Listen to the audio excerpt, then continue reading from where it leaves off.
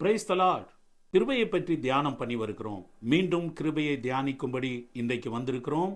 இன்றைக்கு நாம் தியானிக்க போவது வேதத்தின் அடிப்படையில் ஒவ்வொருவருடைய கிருபையை நாம் தியானம் பண்ணி வருகிறோம். வேதத்தின் துவக்கத்திலிருந்து நோவா காலங்களில் இருந்து தொடர்ந்து தியானிக்கிறோம். இன்றைக்கு நாம் தியானிக்க போவது யாக்கோப்புக்கு பாராட்டின கிருபை. ஈசாக்கின் பிள்ளைகளாகிய ஏசா யாக்கோப்பு இரண்டு பிள்ளைகளில் யாக்கோப்புக்கு தேவன் கிருபையை கொடுத்தார். ஆதியாகமம் 32 அதிகாரம் 9, 10 வசனங்களை வாசிக்கும் போது யாக்கோப்பு சொல்லுகிறார், தேவரீர் எனக்கு பாராட்டின தயவுக்காக, அதாவது கிருபைக்காக நான் எவ்வளவேனும் பாத்திரன் அல்ல. என்னை இப்பொழுது இரட்டத்தனையான ஆசீர்வாதங்களால் நிரப்பி இருக்கிறீர் என்று அவர் சொல்லுகிறார்.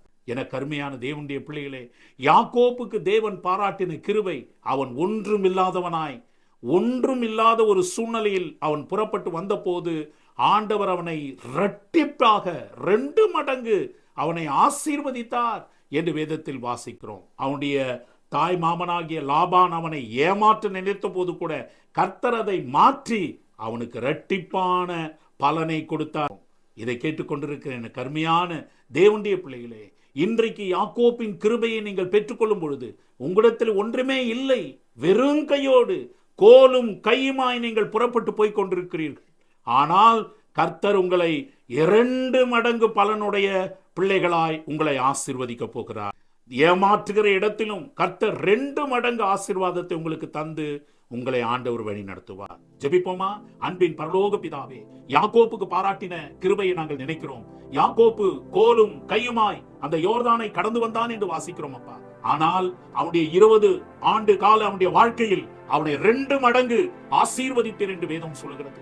ஆண்டவரே, அவனுடைய தாய் மாமா அவனை ஏமாற்றும் பொழுதும் அந்த ஏமாற்றுதலை அழித்து அவனுக்கு பலன் கொடுத்தி என்று ஆசீர்வதிக்கிறோம். அவனுக்கு நல்ல வாழ்க்கை கொடுத்தி, நல்ல பிள்ளை செல்வங்களை கொடுத்தி, அவன் தலைமுறைகளை ஆசீர்வதித்தீர் என்று வாசிக்கிறோம். ஆண்டவரே, அதே போலப்பா இன்றைக்கு இந்த வசனத்தை கேட்டுக்கொண்டிருக்கிற பிள்ளைகளுக்கு யாக்கோப்புக்கு பாராட்டின கிருபை அவர்களுக்கு தாரும்.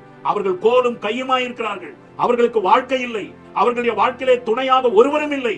ஆனால் யாக்கோப்புக்கு தந்த அந்த கிருபை அவனுக்கு ஒரு பெரிய குடும்பத்தை, பெரிய உறவுகளை, பெரிய தலைமுறையை அவனுக்கு கொடுத்தது போல ஆண்டவரே, இந்த வார்த்தையை கேட்கிற பிள்ளைகளுக்கு கிருபையை தந்து ஒரு பெரிய தலைமுறையை அவர்களுக்கு தருகிறீர். அதற்காக உமக்கு ஸ்தோத்திரம். இயேசுவின் நாமத்தில் ஜெபிக்கிறோம் நல்ல பிதாவே, ஆமென்.